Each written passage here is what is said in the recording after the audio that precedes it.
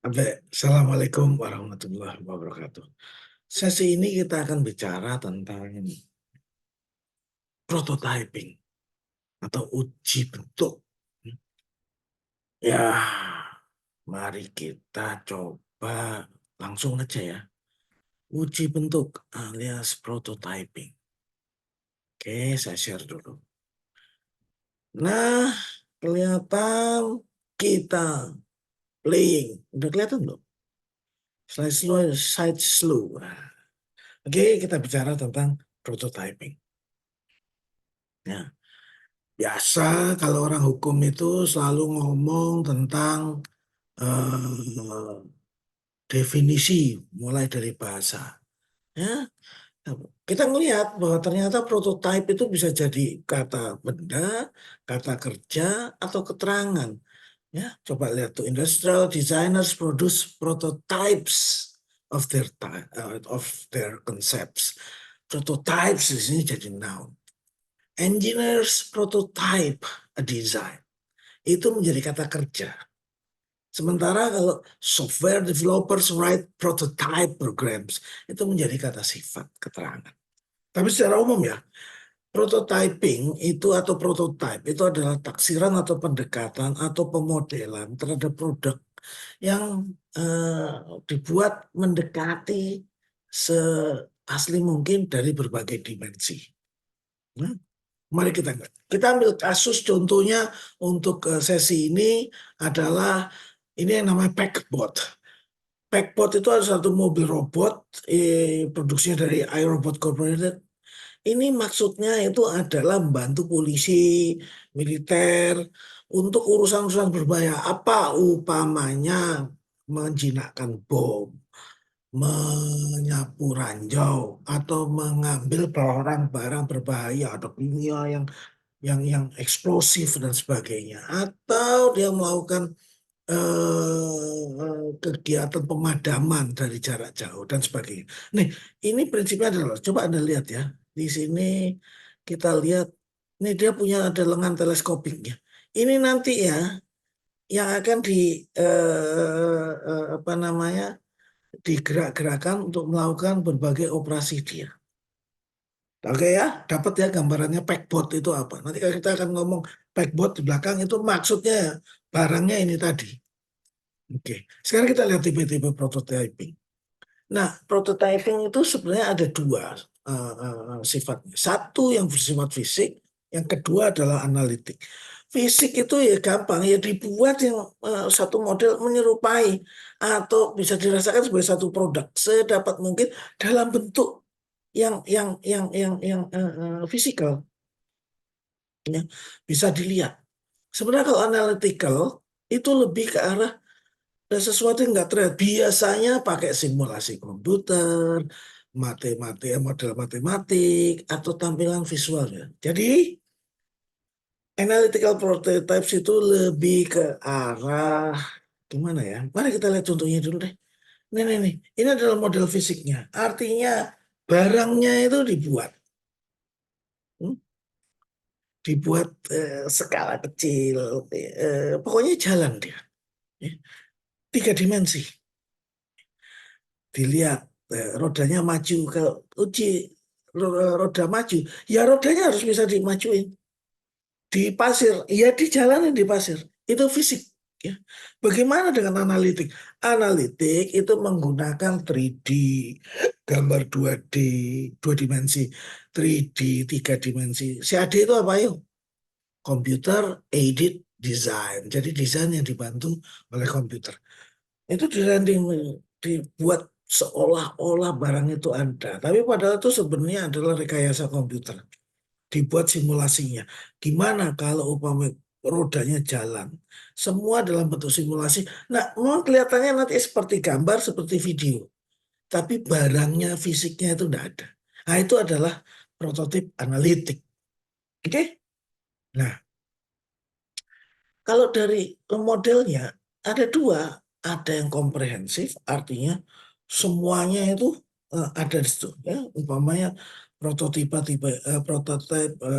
alfa atau beta, ya. Apa ya? Nanti kita lihat. Atau yang prototipe yang fokus, cuman di sedikit bagiannya saja, ya. Contoh cuman di apa namanya, MCB aja. Kok MCB sih? PCB, printed circuit board, jadi papan sirkuit elektronik gitu. Nggak semuanya, cuman PCB-nya aja, ya. Nah, kalau fokus itu bisa fisik, bisa analitik. Tapi kalau komprehensif itu cuma bisa berbentuk fisik, ya. Bisa jadi itu kombinasi antara analitik dan fisik, ya. Itu dua tipe prototipe. Artinya barang, ya, fisiknya ada, tapi simulasi komputernya juga ada, ya. Ini tipe-tipe apa namanya, prototip dari Packbot tadi. Nah, coba lihat ya. Kalau ini kita lihat tadi ada physical, ininya ke atas, grafiknya ke atas, analytical ke bawah, fokus atau cuma bagian tertentu sebelah kiri, komprehensif atau keseluruhan sebelah kanan. Kita lihat contoh yang physical dan fokus umpamanya tes benturan pada roda. Nah, terus kemudian kita lihat juga tes bagaimana cengkeramannya eh, terhadap roda tadi, ya. Gimana kalau dia jalan, bagaimana kalau dia dalam posisi menarik. Hmm? Alpha, by the way, Anda tahu bedanya alpha sama beta nggak? Alpha itu adalah konsep pertama yang hanya dilakukan oleh internal engineer. Internal mereka sendiri, tes. Nah, setelah itu mereka menguji coba pada orang terbatas, tapi udah di luar dari internal engineer tadi. Nah, itu disebut sebagai beta prototyping. Hmm? Kemudian ini di sini physical komprehensif, gimana kalau dijatuhkan, bagaimana kalau menggunakan software di software yang tadi ya, yang dari Packbot tadi pada model yang lama. Bagaimana kalau kita membuat model skala penuh dengan menggunakan apa namanya, plastik, ya, atau busa atau clay, tanah liat, ya. Oke. Sementara kalau yang fokus cuma kecil, tapi lebih baik analytical, artinya berbagai komputer atau gambar, umpamanya pemilihan warna. Itu kan kalau rendering sampai komputer aja, kalau warna putih diganti jadi hijau gimana? Terus kemudian permodelan secara tiga dimensi menggunakan CAD, Computer Aided Design. Ya. Beam bending equations adalah bagaimana kalau umpamanya wheel spoke itu adalah palangnya dari pelek. Kalau ada proses penekukan pada eh, jari-jari pelek tadi, ini gimana apa namanya dampaknya? Nah, itu dihitung, ya. Bagaimana kalau terjadi tekanan, tekanan itu membentuk deformasi sehingga terjadi bending, bending itu menekuk, itu seberapa kuat sampai dengan dia patah. Hmm. Terus kemudian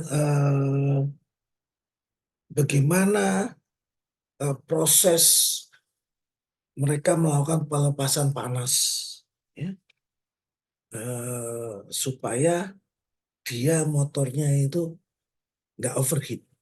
Hmm. Seberapa panas ya yang bisa gini, panas di dalam motor tuh ada dua. Satu, kalau kepanasan dia akan bikin macet. Tapi kalau tidak panas, belum panas atau dingin, motornya itu masih tersendat-sendat. Jadi kita harus cari posisi di mana dia panasnya ideal, tidak terlalu dingin, tidak terlalu panas. Nah, itu menggunakannya pakai model matematika. Ya. Ini adalah kalau yang ini bagaimana user interface-nya dari hardware yang dikonekkan ke backbone tadi. Nah, ini bisa menggunakan simulasi, oke? Terus kemudian tentu saja secara dinamis simulasinya kayak gimana. Itu yang dilakukan menggunakan prototip analytical yang komprehensif, ya. Jadi Anda lihat sendiri ya di peta ini tadi, kuadran-kuadran ini, tes apa saja yang bisa dilakukan fisikal atau analytical, komprehensif atau fokus. Nah, terus apa kegunaannya nih prototipe? Satu, untuk proses belajar. Ini gimana caranya produk dibuat? Bagaimana kerjanya? Bagaimana membuatnya? Apa maksudnya? Nah, bagaimana nanti produk ini tadi bisa memenuhi kebutuhan konsumen tadi? Contoh, roda dari Packbot tadi bentuknya eh, fokus fisikal. Jadi dibuat rodanya itu secara fisik. Untuk apa? Untuk diuji bagaimana kemampuan dia meredam getaran tanpa kehilangan kekuatan dari rodanya itu sendiri. Yang kedua adalah prototip digunakan sebagai alat komunikasi. Yang fisik terutama ini untuk mengkomunikasikan dengan top manajemen. Sorry ya, para bos itu biasanya kan nggak ikut ngerjain. Yang ngerjain kan para engineers. Nah, supaya bos ini tadi bisa melihat dan oh kayak gini barangnya. Nah, itu alat komunikasinya baik, prototip. Demikian juga para suppliers, pemasok, rekanan, mitra, anggota tim yang lain, atau pelanggan-pelanggan yang akan kita tanyakan untuk kita jadikan uh, uh, uh, uh, beta tester. Dan tentu saja sumber-sumber finansial. Kenapa? Ini pemodal. Mereka harus lihat, project. Ini akan menghasilkan barang apa nih yang akan gue modalin, yang akan gue kasih pinjam duit, yang akan saya investasi. Nah, mereka perlu lihat gambarnya. Ya. Dengan demikian mereka bisa merasakan kurang lebih kayak gimana, bentuknya kayak gimana, ya. Kegunaannya seperti apa. Oke? Nah, ini contohnya nih. Maka kita lihat yang di atas ini adalah bagaimana kita ngomong terhadap rodanya. Ya. Anda lihat, ya, ternyata rodanya itu adalah dia tidak menggunakan metal. Jari-jarinya, spoke-nya ini nggak pakai metal. Dia pakai rubber, specialized rubber. Karet yang diramu sembilan rupa sehingga dia juga bisa memberikan traksi tapi fleksibilitasnya tetap tanpa mengurangi uh, keutuhan dari komponen. Ingat ya, kalau dia tidak mampu meredam komponen itu kalau jalan gede, bayangin aja komponen elektronik gede, ya, ada yang lepas, ada yang rusak. Nah, ini dia harus bisa meredam tapi dia juga kuat. Nah, itu salah satunya. Ya, ini prototipnya. Sebenarnya kegunaan yang lainnya, yang ketiga tadi, ya, setelah dua tadi, adalah untuk integrasi. Ini untuk meyakinkan bahwa komponen-komponen yang ada itu tadi bisa bisa menjadi satu dan bekerja dengan baik. Biasanya menggunakan pendekatan komprehensif yang fisikal. Dilihat secara semua fisikal dibuat. Ya, bisa dalam bentuk prototip alfa atau prototip beta atau prototip sebelum produksi. Hmm, udah tahu ya, ingat ya, apa itu prototip alfa, apa itu prototip beta. Ya, sebagai milestone atau sebagai capaian dalam proses pengembangan produk. Di tahap ini ya, eh, orang perlu memberikan para designers, para engineers tadi perlu menunjukkan bahwa aku sudah sampai di titik ini dari mulai nanya konsumen, melakukan pemilihan alternatif, uji tipe dan sebagainya. Nah, kita akan melihat sudah sampai di mana. Ini akan melakukan jawaban sebagai demonstrasi atas ini progres kita, kemajuan kita, dan membuat proses penjadwalan produksi itu menjadi lebih mudah untuk dilakukan. Ya, ini adalah alfa dan betanya. Ini alfa itu masih yang pertama, masih baru, terbatas, tapi setelah ada masukan-masukan, maka dia masuk ke beta. Alpha di internal, beta ke eksternal engineers, tapi yang terbatas. Ya, beta tester. Kesusahan kita lihat ya, bahwa untuk fokus analytical, kegunaannya adalah hanya untuk learning. Kalau fokus physical, ingat ya ini tadi yang 4 kuadran di slide sebelumnya ya. 4 kuadran ini loh. Nah ini loh, tipe-tipenya ya. Oke, ya. Kalau fokus itu learning communications, kalau comprehensive physical, semua. Oke. Nah prinsip-prinsipnya apa ya? Analytical prototipe analytical itu lebih fleksibel daripada physical. Kenapa? Dia lebih mudah, terutama sekarang dengan bantuan komputer. Ya, kita dulu paling ngertinya zaman saya goblok dulu, kita tahunya cuma CAD, Computer Aided Design. Sekarang CAD with AI. Waduh, lebih seru lagi ya. Nah, kalau yang fisikal itu diperlukan, tetap harus dibuat. Kenapa? Untuk mendeteksi fenomena apa sih yang sebelumnya nggak kehitung. Ya, itu otonom. Nah, itu dilihatnya dari yang prototip yang fisikal. Nah, prototip ini juga bisa mengurangi biaya-biaya yang timbul karena proses pengulangan. Dites satu, dites lagi, dicoba lagi, dicoba lagi, dicoba lagi. Maka yang benar itu adalah prototip analytical dulu, sedapat mungkin, barulah yang mana yang diperlukan, dibuatlah yang fisik. Prototip ini bisa mengurangi tahapan dan mempercepat proses pengembangan produk. Kenapa? Kalau kita pakai prototip ini, maka kita bisa tahu mana saja yang seharusnya dilakukan, fungsi-fungsinya apa, sehingga efisien, efektif. Kenapa? Dia efisien, apa namanya, tidak memerlukan banyak proses untuk membuat itu, efektif. Prosesnya tidak perlu banyak, cukup beberapa proses tertentu, beberapa fungsi tertentu, beberapa komponen tertentu, tapi bisa menjalankan backbot ini tadi. Dia juga bisa membuat efisiensi, itu tadi yang saya bilang efisiensi. Yang tadinya harus menggunakan beberapa step, sekarang jadi tinggal beberapa langkah saja yang sudah diringkas. Ini contohnya adalah proses menggunakan prototip ya. Pertama itu dia pakai model yang diinjeksi ya, injection mold. Bikin dulu tuh cor-corannya nih. Terus kemudian dilihat masuk nggak masuk tes. Oke, dilakukan iterasi sampai dengan iterasi itu coba tes masuk nggak coba diberesin lagi dulu. Karena apa? Kita nggak bisa langsung ngecor sebelum kita bikin moldnya itu apa ya bahasa Indonesianya? Cetakannya itu tadi. Nah untuk bikin cetakan itu kan harus presisi, ya, karena cetakannya kalau nggak presisi begitu dituang, dicor alatnya aluminium, besi atau bahkan plastik, nah dia akan geser. Ya.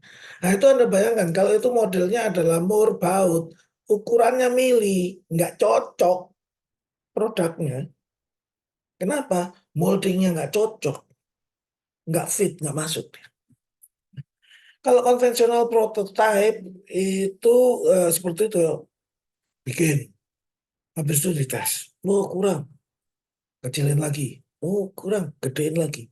Oh kurang, dibengkokin lagi. Ya, satu molding dites, dibuat, dicor, dilihat, nggak cocok, dibenerin lagi, terus gitu. Nah, tapi kalau menggunakan prototyping, itu adalah dibangun dulu, dites, itu terus kemudian menggunakan apa? Menggunakan eh, eh, parts, parts, terus kemudian dibuat modelnya, dibuat simulasinya, sehingga dia akan tahu nanti, oh pasnya itu seperti apa.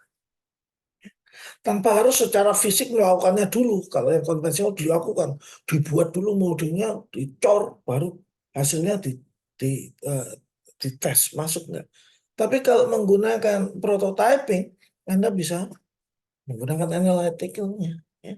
Pada waktu bikinnya, Anda bisa bikin dari produk fisiknya. Dilihat, oh ternyata ini daripada dua konektor ini mendingan satu konektor aja, barangnya dijadiin satu supaya lebih efisien. Bisa begitu. Ini adalah matriksnya bagaimana akan menggunakan komprehensif. Komprehensif bagaimana? Contoh bikin software itu komprehensif. Ya. Produk-produk untuk konsumer. Ya. Nah, kalau yang analytical, ya itu seperti itu. Menggunakannya itu kalau resikonya tinggi, ya, teknikalnya, biayanya, sorry, ini adalah resiko teknis, resiko pasar. Ya. Sorry. Yang di bawah adalah biaya, resiko biaya. Yang naik ke atas itu adalah resiko teknis atau resiko pasar. Yang di bawah ini adalah resiko atau biaya. Nah, di sini kita lihat kapan yang biaya tinggi, resiko tinggi, ini di sini. Kalau biaya rendah, resiko rendah, ini di sini. Ya, gitu contohnya. Nah, proses tradisional seperti ini, setelah bikin desain dari part, desain dari bagian-bagian model, terus dibuat desain dari cetakan, terus dibuat cetakan, ya. Terus kemudian dites, bolak-balik, barulah dilakukan pembuatan atau fabrikasi molding yang beneran. Ya. Ini kalau yang di atas ini adalah konvensional proses, kalau yang di bawah ini adalah menggunakan prototyping. Desainnya sama, cuman pada waktu desain ini tadi masih ada prototype dulu, baru ada mold design. Nggak langsung dibuat mold design, terus dites. Ini nggak dilakukan prototyping dulu, sudah beres, baru dibuat. Kalau yang di atas dibuat, dites, oh kurang, tambah kurang, tambah kurang. Kalau di bawah, ini sudah dilakukan tes dulu secara analytical terutama. Sudah shape, ukurannya shape, baru dia bikin desain cetakan. Ya. Ini jadi yang di bawah ini adalah proses dengan menggunakan prototipi.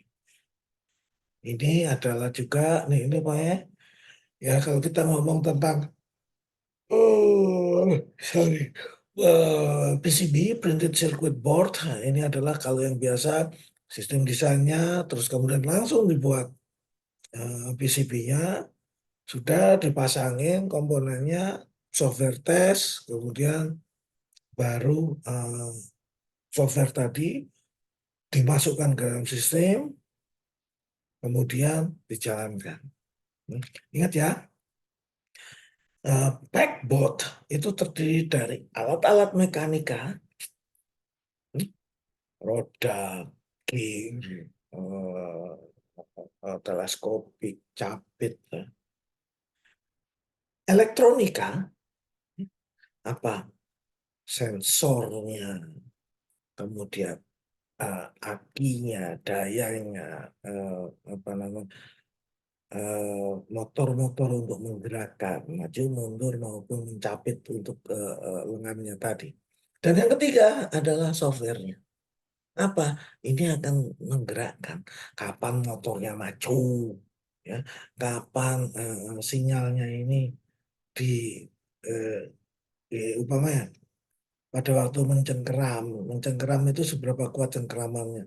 Pada waktu motor berjalan seberapa kenceng putarannya. Semakin kencang, semakin eh, tinggi juga laju dari kecepatan. Nah, ini tiga itu tadi ya, mekanika, elektrika, sama perangkat lunak. Tapi kalau pakai prototyping, dia semuanya dia bikin prototipe dulu. Setelah selesai, dia bikin. Kalau kita bikin PCB-nya, gimana kalau kita beri prototip? Habis itu tes. Di tesnya lewat PCB dulu. Oke, baru dia langsung dipabrikasi sehingga sistem assembly-nya tadi itu udah beres. Karena apa? PCB-nya itu dites dulu pakai prototip. Software-nya dites dulu pakai prototip. Beres, barulah itu dimasukkan ke proses yang di atas. Ya.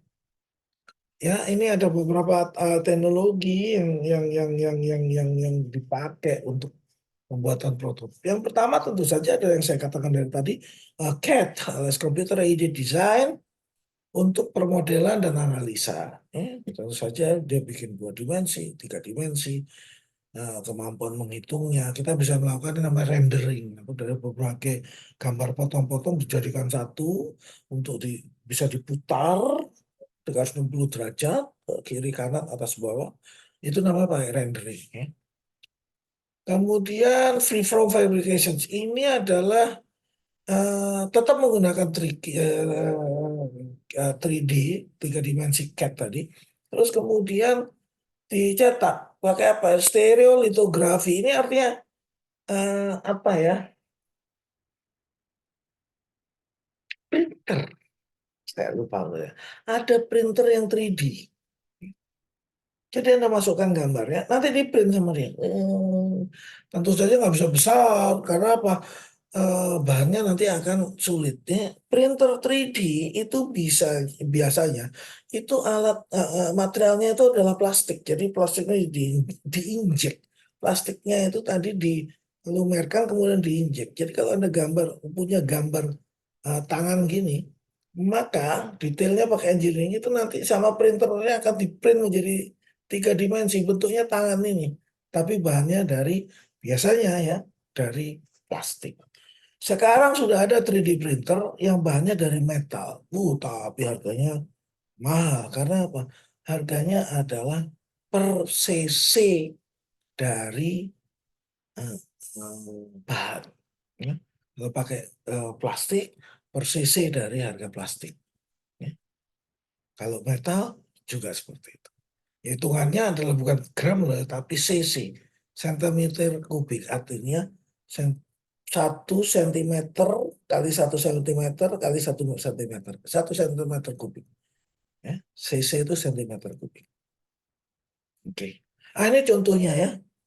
Ini adalah model-model, ini masih pakai 3D CAD ini. Bagus ini, tapi ini sebenarnya di atas komputer. Nanti kita lihat dimensinya kayak gimana. Ini bisa diputar. Nah, kita bisa ngeliat nih stress testnya itu ada di mana saja. Bisa kelihatan di sini. Ketebalan juga kita bisa lihat.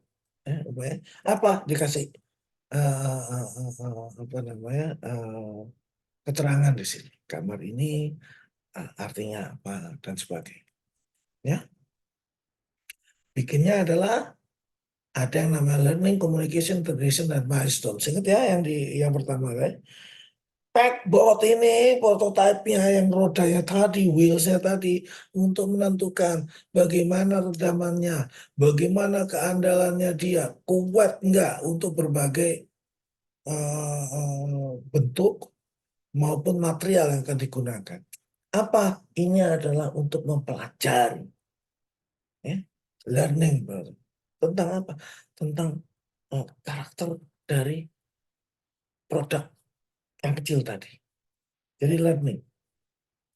Kalau untuk kemudian bagaimana dengan tingkatannya adalah selain physical analytical, yang paling penting adalah ada dia mulai dari yang sederhana, mendapatkan apa yang menjadi tujuan. Ya. Setelah bentuknya, kemudian dimasukkan parameter materialnya seperti apa, geometrinya seperti apa. Terus kemudian baru ukuran kritikalnya tadi, gimana dia terhadap atau stres, impact, benturan pada roda tadi, yang dari karet atau plastik tadi. Perencanaan tentu saja, terus kemudian mulai dilakukan identifikasi variabel apa yang dalam instrumen yang akan kita lakukan, ya. Menentukan ujinya, menentukan ukuran yang akan digunakan. Ini bukan ukuran ya, tapi ukuran yang akan digunakan, ya, dengan cara analisa hasil desain. Kemudian roda tadi dipilih mulai geometrinya, materialnya. Upamanya ada 2 geometri, 6 material, maka dia harus bikin variasinya geometri 1 dengan material 1, geometri 1 dengan material 2, seterusnya geometri 1 dengan material 12. Kemudian geometri 2 dengan material 1, geometri 2 dengan material 2, geometri 2 sampai dengan material 12. Jadi harus dibuat itu semua kemungkinan variasi. Setelah itu diukur tuh bagaimana dampaknya atau tekanannya atau impact benturannya terhadap kemampuan roda tadi untuk menjalankan atau menyalurkan daya dari motornya. Dilihat kuatannya seberapa, rusaknya seberapa cepat pada titik apa. Ya. Kemudian dari situ bisalah dibuat jadwal. Oh, untuk bikin ini bagaimana kita melakukan pengadaannya apa nih, materialnya lah, terus kemudian bahan-bahan pendukung, terus kemudian hal-hal lain, nah, mulai dibuat penjadwalan. Termasuk duitnya juga, terus bagaimana membuatnya, bagaimana kita melakukan construction pembangunannya. Terakhir adalah bagaimana melakukan pengujian. Ini adalah template atau standar dari perencanaan prototipe, ya. Umpamanya maksudnya apa, purpose-nya kita lihat seperti apa, levelnya kita lihat, rencana eksperimennya apa saja, schedule-nya kita bisa lihat. Bahasa Inggris, oh iya, Anda harus belajar bahasa Inggris. Gimana juga sekarang mau nggak mau bahasa Inggris. Kalau nggak bisa, pakai Google Translate lah. Teknologi membantu, tapi pelan-pelan pelajarin. Kenapa? Nanti kalau ada orang Inggris itu lebih enak omongannya, nggak ribut saja pakai Google bolak-balik. Runyam Anda kalau pas internetnya mati, waduh, sengsara. Ya. Untuk prototip yang gunanya milestones itu perlu ada perencanaan tambahan. Ya. Apa mau dibikin berapa prototipnya? Kenapa? Ini untuk tujuan kemana saja. Ya. Karena kan tadi ada siapa aja? Oh, ada para bos, ada supplier, ada partners, ada pemegang saham, ada investor, ada regulator yang mengeluarkan regulasi. Eh, Bikinnya berapa banyak? Kapan ditampilkan ke mereka? Ya, ini eh, prototip tipe alpha, beta, oke. Terima kasih. Kurang lebihnya seperti itu. Segenap pertanyaan tentu saja tolong Anda sampaikan di eh, forum diskusinya e-learning, ya. Oke, ada yang menarik yang saya berikan itu adalah hanya pengantar. Kalau Anda mau lebih tahu, Anda sudah mengerti ada internet, maka gunakanlah internet semaksimal mungkin. Search. Kemudian setelah search, riset lah, cari lagi, temukan, pahami, gabungkan. Jadikan itu menjadi satu konsep yang menyeluruh. Oke, tetap semangat, jaga kesehatan, dan yang terakhir, jangan lupa untuk bahagia. Wallahul muwaffiq ila aqwamit thoriq. Assalamualaikum warahmatullahi wabarakatuh.